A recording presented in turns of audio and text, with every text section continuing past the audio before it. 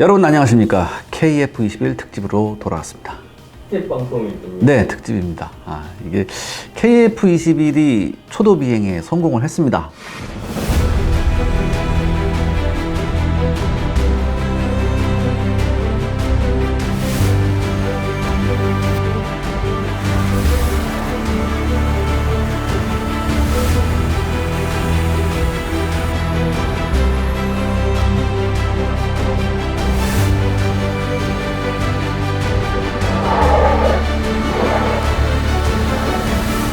이거 정말 엄청난 일이죠, 이게. 근데 이상하게 이거 초도 비행을 실시간 TV 생중계를 안 하더라고요. 예전 저 어렸을 때 제공호 때는 실시간으로 중계했었거든요. 제 기억이 있거든요. 제가 그거 보고 깜짝 놀란 기억이 있었는데, 굉장히 어렸을 때. 아주 어렸을 때요. 아주 어렸을 때. 이번엔 이상하게 안 하더라고요. 그래서 나중에서야 이렇게 했는데 조금 아쉬웠습니다. 아무튼 우리는 이로써 세계 8번째로 독자적으로 초음속 전투기를 생산하는 나라의 반열에 올랐습니다. 아직 초음속을 돌파한 건 아닌데 초음속은 뭐 당연히 돌파하겠죠. 아무튼 우리는 굉장한 자부심을 가져도 됩니다. KF21이 초도 비행에 성공을 하니까 지금 초도 비행에만 굉장히 다 집중을 하고 있는데요. 사실 KF21은요, 그 탄생 과정에서 우여곡절이 엄청났습니다. 이 우여곡절을 엄청나게 심하게 겪은 기체예요. 2015년 말에 체계 개발이 시작되었기 때문에 대부분 사람들은 이때부터 KF21이 시작되었다고 기억을 하죠. 하지만 KF21은요, 체계 개발 전까지 무려 20년의 세월을 보낸 자칫 세상의 빛을 보지 못할 뻔한 기체였습니다. 그래서 오늘은 KF21 초도 비행 기념으로 그 험난했던 태동기의 비하인드를 한번 얘기해 보기로 하겠습니다.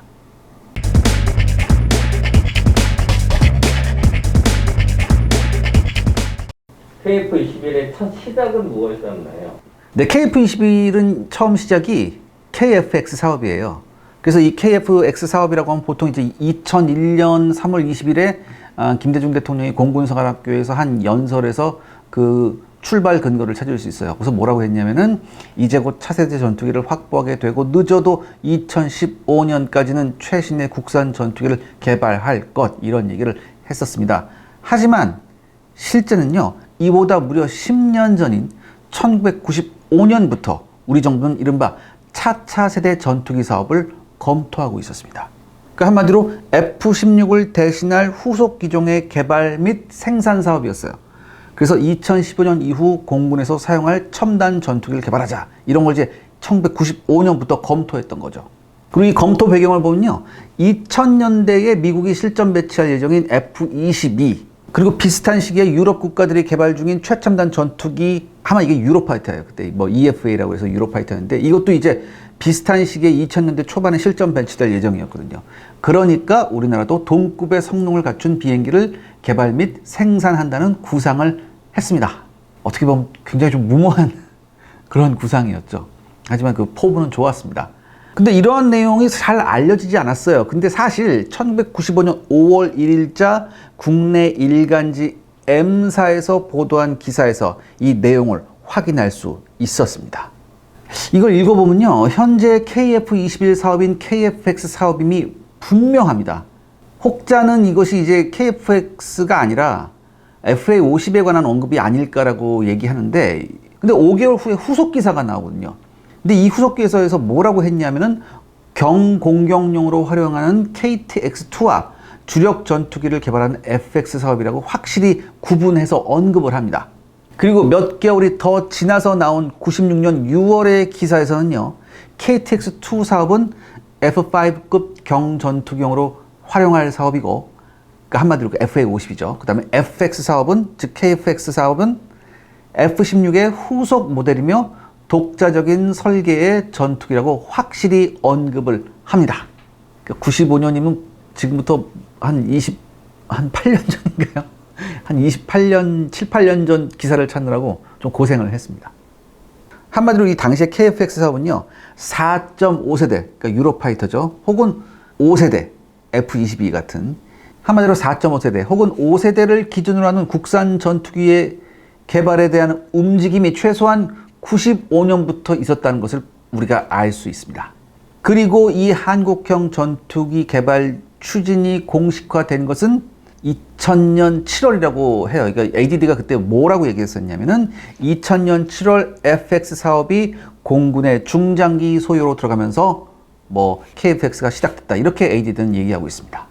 그리고 공군 장기전략 기획서에 들어간 계획을 보고받은 김대중 대통령이 이듬해에 개발 계획을 공개한 것으로 언급되어 있죠. 다만 이 시기까지도 아직 KFX 사업이라는 단어는 나타나지 않았습니다. KFX라는 단어가 확정된 것은요, 2002년 5월 공군 정책회의에서였습니다.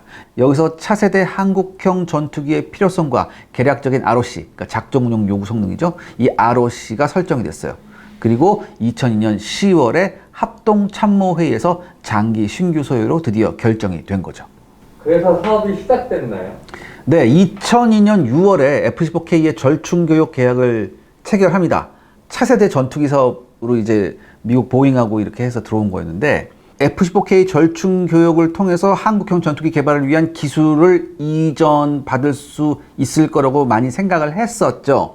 그러니까 굉장히 중요한 핵심적인 기술이 있었어요. 비행 제어, 항공 전자 제어, 체계 설계 및 통합, 추진기관 설계 등등등이 있었는데, 하지만 핵심 기술 이전은 사실상 이루어지지 않았고요. 그냥 이런 거 저런 거에서 한 41% 정도만 이전이 되었다고 하네요. 그러니까 우리가 요구하는 거는 쉽게 말해서 하나도 받지 못했다고 생각하시면 됩니다. 아무튼 2003년 10월까지 각종 개념 연구가 있었고, 2004년부터 2006년까지 전투기 설계 기술 연구를 수행했습니다. 그리고 제가 앞서 말씀드렸던 듯이 그 F-15K 절충교육으로 인한 기술 이전을 크게 기대할 수 없었기 때문에 이때부터 우리 자체적으로 연구를 수행했죠. 그리고 이 연구는 ADD가 주도를 합니다. 비행 제어 같은 경우에는 TO-11에 적용된 전자식 비행 제어 기술을 많이 이제 참고를 했고, 데이터 링크 같은 경우는 전술 항공 데이터 링크, 그러니까 링크 K죠. 이거 기술 연구를 이때부터 시작을 해요. 이것 때문에. 그 다음에 항공 시험장을 건설합니다. 우리가 전투기를 만들어야 되기 때문에. 그래서 전반적인 독자 기술 개발 능력을 확보하려고 아주 애를 썼죠. 그 다음에 정밀 유도 폭탄 같은 경우는 KGGB가 이때부터 시작이 되고요. 그 다음에 통합 생존 장치는 한국형 헬기하고 전술 항공기 생존 시스템 연구를 기반으로 이제 개발이 됩니다. 공중발사 유도 무기는 한국형 공대공, 공대지, 공대함 개발 사업을 별도로 추진을 하게 되죠. 사업 추진 전략 연구는요, 한국국방연구원 키다에서 2003년 3월부터 12월까지 1차로 수행을 했고요. 그 다음에 2005년 12월에서 2006년 7월까지 2차 연구를 수행했습니다. 그런데 여기서부터 이제 험난한 길이 펼쳐지는데, 이 문제의 사업 타당성에 관한 연구를 이제 KDI 한국개발연구원에서 하는데, 2006년 12월부터 2007년 12월까지 했어요. 이 KDI에서. 그래서 1차 보고서를 냈어요.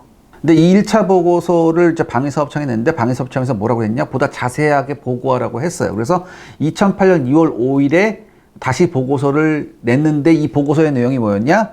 한국형 전투기 사업은 경제성이 없다고 최종 보고를 합니다. 그 이유가 뭐였냐면은 사업의 성공 여부가 불투명하다는 이유죠. 한마디로 투입되는 비용 대비 기대 경제 효과가 크지 않다는 결론을 내렸습니다. 그래서 2009년 4월에서 10월까지 건국대 무기체계 연구소에서 다시 타당성 검토를 해요. 그리고 여기에서는 타당성이 있다고 나와서 드디어 KFX 탐색 개발이 승인이 됩니다. 그러니까 처음에 아예 이게 보고서 자체가 이렇게 나왔기 때문에 승인이 미루어졌어요. 그래서 이제 건국대가 추가로 이제 용역을 받아서 이제 연구를 해서 그 나온 결과를 가지고 승인이 된 거죠. 어떻게 결과가 뒤집히게 된 거죠? 이 KDI에서 분석한 기종하고요, 건국대에서 분석한 기종이 이름은 같은 KFX인데 별개의 기종이에요. 다음 표를 한번 참고해 보세요. 이게 보시면 이제 여러분 이제 쭉 뭐 이제 각 스펙에 대해서 나왔어요. 근데 여러분 지금 KDI에서 한 거하고 건국대에서 수행한 KFX 기종 보시면 스펙 차이가 꽤 많이 나요. 그러니까 엔진 추력만 갖고 나머지는 꽤 많은 차이가 납니다. 다시 말해서 표에서 보시다시피 같은 엔진에 비해서 KDI의 기체 크기와 날개 넓이, 그 다음에 동체 길이 등등이 건국대 기종에 비해서 현격하게 차이가 나는 것을 알 수 있습니다. 그러니까 여러분 표에 보시면 아시겠지만 실제로 KFX가 최초 시작될 무렵에는요, 이 기체 크기를, 그러니까 KFX가 F-16하고 F-35 중간이라고 언급을 했었어요. 처음에 실제 KFX가 시작될 무렵에는, 근데 KDI에서 검토될 무렵에는 KF-X가 어느 정도 크기로 됐냐? F16하고 F15 중간 정도로 변경이 돼요. 즉 KF-X가 F35 이상이 돼버린 거죠. 그런데 건국대에서 검토할 무렵에는요, 다시 F35보다 작아집니다. 그래서 제가 최초의 KF-X에서 이제 얘기했던 그 스펙이 뭘까를 찾아보려고 했는데 도저히 찾아볼 수가 없더라고요. 도저히 찾아볼 수가 없는데, 그렇지만 건국대안과 동일하게 F16하고 F35 중간 정도 된다고 언급한 것을 감안하면 아마 요 건국대가 제시한 거하고 좀 비슷하지 않을까, 그렇게 생각이 됩니다. 그렇다면 이제 이걸 생각해 봐야 되죠. 이 KDI의 KF-X 기체의 크기가 급격하게 커졌던 가장 큰 이유가 무엇이었을까? 한마디로 그건 뭐냐면은 내부 무장창의 설계를 적극 반영했기 때문이라고 합니다. 제가 이 무렵에 로키드 마틴이 주최하는 기자 오찬 간담회에 참석한 적이 있었어요. 그러니까 이때는 로키드 마틴이 그 국내에서 F-35 세일즈를 굉장히 열 올리고 있었을 때거든요. 아무튼 그때 제가 F-35도 취재했지만 그러면서 같이 KF-X도 많이 물어봤어요. 그때 제가 KF-X 관계자한테 들었었어요. 제가 이게 KDI 이 모델이 내부 무장창 때문에 기체가 커졌다. 그래서 전체적으로 주익 면적, 탑재 연료량 등도 동반 상승한 거다. 근데요, 여러분들 이 KDI KF-X는요, 기체 크기만 큰 건 아니었어요.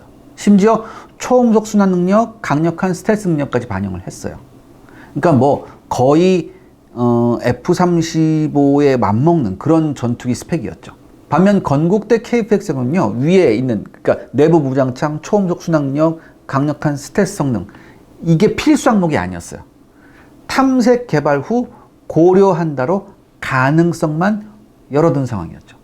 따라서 당시에는 건국대 KF-X는 F-16 정도 아니냐라는 이런 우려를 낳기도 했어요. 근데 이게 진짜 우리가 본격적인 전투기를 처음 개발하는데 이 정도도 뭐 저는 감수해야 되지 않냐, 뭐 그렇게 생각을 그때는 했었어요. 근데 여러분 놀라운 게 뭔지 아십니까? 이 KDI에서 내놓은 스펙이나 건국대에서 내놓은 스펙은 이 둘 다 전부 오버 스펙이었어요. 2009년 10월 13일 날 공군 국정감사가 있었거든요. 이 국정감사 자료를 보면 뭐라고 나왔냐. 여러분 이 공군은요, 2002년에 한 번 계략적인 ROC를 설정했어요. 근데 그 이후 2009년 10월까지 한 번도 ROC를 변경한 적이 없었어요. 그리고 여기서 국정감사에서 공군 관계자가 나와서 뭐라고 얘기했냐면, 이 타당성 검토했을 때 경제성 없음이라고 결론이 나온 이유가 연구 용역기관, 한마디로 저기 뭐 KDI죠. 그 다음에 건국대. 이 연구 용역기관이 ROC를 초과하는 설정을 했기 때문이라고 답변을 합니다. 그래서 공군의 요구가 뭐였냐? 라고 다시 물어보니까 내부 무장이 가능하고, 근데 사실 내부 무장이 가능하다는 건 F-16 이상인 건 맞잖아, 사실. 그러니까 뭐라고 했냐면 완전 내부 무장이 아니라 일부 내부 무장이 가능하고 최신 한정 장비가 탑재된 F-16급 전투기라는 매우 간단 명령한 ROC를 제시했다고 얘기했어요, 공군 관계자가. 즉 이 말인 즉슨 공군의 요구와는 별개로 처음부터 KDI와 건국대의 용역에서 나온 KF-X의 수준이 오버 스펙이었다, 이런 얘기죠. 시청자 여러분들의 구독과 좋아요는 영상 제작에 정말 큰 도움이 됩니다. 여러분들 부탁드리겠습니다. 구독과 좋아요. 그래서 뭐가 문제였던 건가요? 그러니까 처음에는 공군이 굉장히 단순하게 생각한 거죠. 그러니까 F-16 정도인데 경우에 따라서 내부에 무장을 할 수 있는 정도면 돼라고 했어요. 그러니까 그렇게 큰 예산이 필요하지 않을 수도 있겠다라고 굉장히 순진하게 생각을 했겠죠. 하지만 가장 큰 문제는 뭡니까? 예산이 없다는 거잖아요. 그러니까 공군이 원하는 그런 간단 명료한 그런 전투기조차 만드는 게 엄청 비싸잖아요. 엄청난 예산이 들어가는데, 그러니까 여기서 더 나가서 더 고스펙의 전투기 사양이 나오니까 이건 뭐 가뜩이나 없는 예산 더 턱없겠죠. 다시 말해서 2002년 신규 소유가 결정된 이래로 약 10년간 정부에서 한 이야기가 뭐냐면은, 우리에게는 그 정도 전투기를 개발하고 운영할 능력 혹은 돈이 없으니 조정하라, 이렇게 얘기를 해요. 그래서 사업을 수차례 반려해요. 뭐 이렇게 해서 이렇게 하면 수차례 반려요. 그래서 ADD가 뭐 제시했던 게 2.6조 원, 2조 6천억 원 정도면 그러니까 개발이 가능하다고 사업 승인을 요청했어요. 근데 말도 안 되죠, 사실. 근데 이게 답답해서 그랬겠지. 근데 이거 정부라고 바보만 있었겠어요? 정부가 뭐라고 하냐면, 야, 이거 거짓말하지 말라고 그랬다고. 그리고 정부도 나름대로 조사를 했었어요. 이 KFX 사업을 할 때 돈이 얼마가 들까? 그러니까 이제는 2조 6천이면 해볼만 하다라고 했는데, 정부가 조사를 해보니까 KDI에서 조사 연구를 했어요. 그러니까 10조 3천억에서 한 11조 정도 든다. 그 다음에 이제 스웨덴 사브사에도 한번 영역을 줬었거든요. 그러니까 스웨덴 사브사에서는 8.5조에서 10조 정도 든다.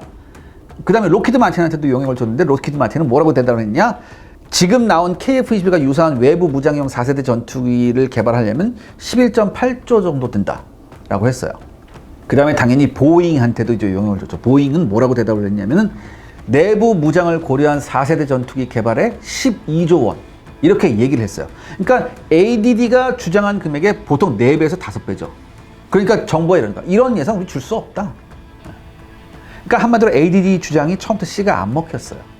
그리고 이게 나중에 이제 우리 KFX 개발할 때 8조 들었다고 했잖아요. 그러니까 뭐 어떻게 보면 이 정부에서 비교적 정확히 조사를 한 걸 수도 있겠죠. 그리고 심지어 크기와 성능을 상당히 줄인 스펙이었던 건국대 KFX안을 이제 상정해봐도 개발 예산은 2.6조 원의 2배에 가까운 5조 660억 원이었습니다. 2002년 이후에 이렇게 쭉 됐을 때 여러분 2002년이면 여러분 우리나라 아직도 IMF에서 겨우 빠져나와서 그 다음에 2003년에 카드 대란이 있었고 막 그랬잖아요. 그래서 우리나라 굉장히 힘들었을 때라고. 그 다음에 또 2008년 서브프라임 모기지 사태 나고 그래서 뭐 그럴 때예요. 그러니까 돈이 없다는 얘기가 굉장히 많이 나왔었어요. 그래서 정부에서 뭐라고 하냐? 우리가 지금 여력이 2.5조 밖에 안 된다. 그러니까 나머지 금액은 알아서 다른 국가의 예산을 받아서 만들어라. 그리고 또 다른 나라에서 예산을 받지 못하면 이 사업은 없었던 일로 하겠다라는 결정을 내려요.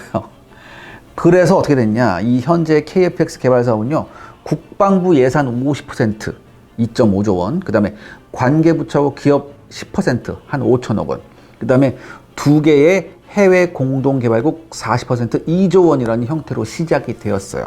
그리고 여기에 보시다시피 해외 공동개발의 조항이 있었기 때문에 그래서 어디? 인도네시아를 끌어들인 거예요. 그리고 이 전체적인 과정에서 아까운 시간만 주구장창 흘러갔습니다. 심지어 툭 하면 일정이 지연되기 일쑤였어요. 그러니까 최초 언급된 1995년에서 약 9년이 지난 2004년에서야 개념 연구가 시작됐고요. 2005년 타당성 검토까지 딱 10년 걸렸습니다. 그리고 탐색 개발은 원래 2010년까지 끝날 계획이었지만 제가 방금 말씀드렸던 이런 난맥상 때문에 2012년까지 지연이 되었죠. 흥미로운 것은요, 이 탐색 개발 과정에서 윙테일 형상하고 카나드 윙 형상 이 두 가지 모델이 나와요. 그러니까 윙테일 형상은 C103 모델, 카나드 형상은 C203 모델이었는데 3차 FX 사업으로 결정될 협력 업체를 두고 개발이 진행됐기 때문이에요. 이게 뭐냐면은 이 3차 FX 개발 여러분들 아마 기억나실 거예요. F-35냐 아니면 뭐 보잉의 F-15 사일런트 이글이냐 뭐 이런 거 막 얘기가 많았었는데 그다음에 여기서 또 유로파 타이푼도 들어왔었죠. 그러니까 이런 거예요, 한마디로. 미국의 로키드 마틴 F-35나 보잉 F-15 사일런트 이글 전투기가 선정될 경우에는 윙테일 형상으로 간다. 절충교육 뭐 랄랄랄라 해야 되니까. 이게 아니면 만약에 유로파이터 타이푼 전투기가 선정될 경우에는 카나드 윙 형상을 채택할 그럴 심산이었어요. 그런데 여기서 또 문제가 일어납니다. 2010년 10월에 이 키다는요, 한국형 전투기 개발 사업 타당성 연구 보고를 통해서 건국대학교의 타당성 연구는 실제 실험 평가 없이 전문가 설문에만 의존해서 이루어졌고 설문자들도 이해 당사자들이었으며 소요 기술의 87%를 확보하고 있다는 주장은 우리가 더 이상 획득할 기술이 없다는 뜻으로 기술 파급 효과도 그만큼 적을 수밖에 없다는 부정적인 의견을 제시합니다. 다시 한번 KFX 사업에 검은 기운이 드리워진 거죠. 그래서 국정감사 등에서 KFX 사업의 성공 가능성 및 사업 타당성에 대한 문제가 끊임없이 제기됩니다. 그래서 무슨 사단이 벌어지냐? 2013년 국방 예산에서요, 체계 개발에 필요한 예산 299억 원이 전액 삭감이 돼요. 그리고 타당성 조사에 필요한 45억 원의 예산만이 반영이 됩니다. 그러니까 환장을 노리시죠. 그냥 시간만 주구장창 보내는 거예요. 결국에는 2013년 11월에 3차 FX 사업에서 F-35가 승리하죠. 그래서 카나드위 형사인 C-203 모델은 이제 탈락을 하게 됩니다. 그리고 2014년 7월 18일 제290차 합동참모회의에서 핵심 쟁점이었던 엔진 형태를 쌍발로 결정해요. 그 전에는 뭐 단발형 하자고 막 그랬었거든. 근데 공군이 강력하게 쌍발을 원했었어요. 엔진 2개 있어야 된다. 그리고 이 과정에서 다시 한번 작전 요구 성능 ROC를 수정하면서 C103 설계안이 채택이 됩니다. 이후에 12월 29일 방위 사업청에서 체계 개발 사업을 담당할 업체 선정에 대한 입찰을 공고했어요. 그래서 어떻게 됐냐? 카이가 로키드 마틴하고 컨소시엄을 이루어서 참가했고 대한항공도 에어버스하고 함께 경쟁에 뛰어들었습니다. 이런 의사를 보였죠. 그러니까 원래 대한항공은 보잉하고 컨소시엄을 구성할 계획이었는데 당시 보잉이 우리나라 공중급기 사업을 하고 있었다고 KCX하고. 그래서 보잉이 뭐라고 했냐? 우리 KCX 사업에만 집중하고 싶다. 그러면서 보잉이 빠졌어요. 그러면서 어쩔 수 없이 이제 대한항공이 이제 에어버스하고 이제 컨소시엄을 했었죠. 결국 어찌 보면 당연하게도 2015년 3월 30일 제87회 방위사업추진위원회에서 카이 로키드 마틴 컨소시엄을 우선 협상 대상자로 선정하게 됩니다. 그래서 드디어 2015년 12월 28일 카이와 체계 개발 계약을 체결하면서 오늘날에 이른 거죠. 그러니까 여러분, 이 KF-X가요 자칫 잘못하면 유산될 뻔했습니다. 하늘의 빛을 보지도 못할 뻔했었어요. 그래도 국산 전투기를 개발해야 한다. 그리고 우리가 국산 전투기를 반드시 손에 넣어야 된다는 이런 강한 의지 덕분에 KF-X가 초도 비행에 성공한 이 정도까지 우리가 온 겁니다. KF-21 초도 비행 성공의 의미하고 앞으로 남은 과제가 있을까요? 의미는 앞에서 제가 얘기했잖아요. 얘기도 했고, 그리고 뉴스 등 여러 매체에서 여러 차례 언급되었기 때문에 저까지 여기서 뭐 똑같은 말 할 수밖에 없으니까 뭐 저까지 말하는 건 좀 그렇고, 근데 이건 있어요. 무엇보다 중요한 것은 개발 일정이 별 차질 없이 비교적 순조롭다는 거예요. 그러니까 작년에 KF-21 이제 런칭했을 때 이제 타임라인이 쭉 나왔었거든요. 테스트 타임라인이 쭉 나왔었는데 7월에 초도 비행이 예정되어 있었거든요. 근데 지금까지 KF-X 일정 보면 어때요? 이건 뭐 일정 지연은 너무나도 당연하잖아요. 그랬었잖아요. 근데 이런 너무나도 당연한 듯한 일정 지연이 전혀 없이 깔끔하게 일정에 맞췄다는 점이 정말 대단한 겁니다. 여러분, 이게 F-35만 하더라도 무려 10여 년의 테스트 기간 동안 하늘의 별만큼이나 많은 트러블로 이 일정 지연을 진짜 물 마시듯이 밥 먹듯이 떡 먹듯이 했어요. 그러니까 이거 일일이 나열하기 힘들 정도예요. 뭐 트러블 나서 일정 지연돼서 다시 뭐 수정하고 뭐 이런 거. 그리고 아직도 해결 안 된 문제가 정말 많습니다. 그리고 F-35도 마찬가지로 개발 시점부터 보면 무려 25년이에요. 더군다나 이 와중에 기체 가격은 2.5배로 뛰었죠. 그리고 F-35B는요, 쳐다보기도 싫을 정도입니다. 그러니까 이런 점을 고려해 봤을 때 정말 우리 엔지니어들의 피나는 노력에 전 그저 고개가 숙여질 뿐입니다, 솔직하게. 그럼에도 불구하고 이번 초도 비행은 KF-21이 비행기라는 것을 증명한 것이에요. 앞으로 초음속 비행시험, 기관포 발사시험, 공대공 미사일 발사시험, 공대지 무장 투하 시험, 항전 장비 및 소프트웨어 실증 시험 등 고도의 테스트가 산적해 있습니다. 이제 시작입니다. 이제 나를 수 있는 기체에 이런 거 인티그레이션 해서 이제 진짜 전투기로서의 역할이 되느냐 안 되냐 이런 테스트를 하는 거예요. 그 다음에 제가 또 이제 좀 주목하고 있는 게 뭐냐면 이제 공대공 무장이에요. 제가 여러 차례 말씀드렸는데 아직 우리 손으로 만든 공대공 무장이 없어서 이 KF-21을 계기로 적어도 이제 단거리 공대공 미사일 같은 경우에는 우리 손으로 완전하게 만들어야겠다는 생각을 하거든요. 처음에는 우리가 이게 실제 기체가 나온 게 아니었기 때문에 미국이 단거리하고 중거리 공대공 미사일 판매 승인을 하지 않았는데, 그래서 우리가 이제 미티어 미사일 들여왔죠. 근데 이제 실제 비행기가 나오고 하니까 이제 승인이 떨어졌어요, 미국에서. 그래서 우리 이 KF-21 같은 경우에는 프랑스제, 미제 공대공 미사일을 다 쓸 수 있는 그런 능력을 갖추게 되었습니다. 그럼에도 불구하고 제가 여러 차례 말씀드렸지만 이게 미사일이 꽤 고가기 때문에, 특히 수입하는 미사일은 굉장히 고가기 때문에 훈련을 자주 못하는다는 그런 좀 맹점이 있었잖아요. 근데 우리가 우리 손으로 미사일을 만들게 된다면 이 부분, 이런 약점을 상당 부분 극복할 수 있거든요. 그래서 이런 것도 지금 병행이 되어져야 된다라고 생각을 하고, 지금 뭐 업체에서는 병행을 하고 있다고 얘기를 하니까 그것도 믿어봐야죠. 그러니까 일단은 처음부터 욕심을 확 내서 중거리 미사일까지도 한꺼번에, 이러면 좋지. 사실 이러면 굉장히 좋지.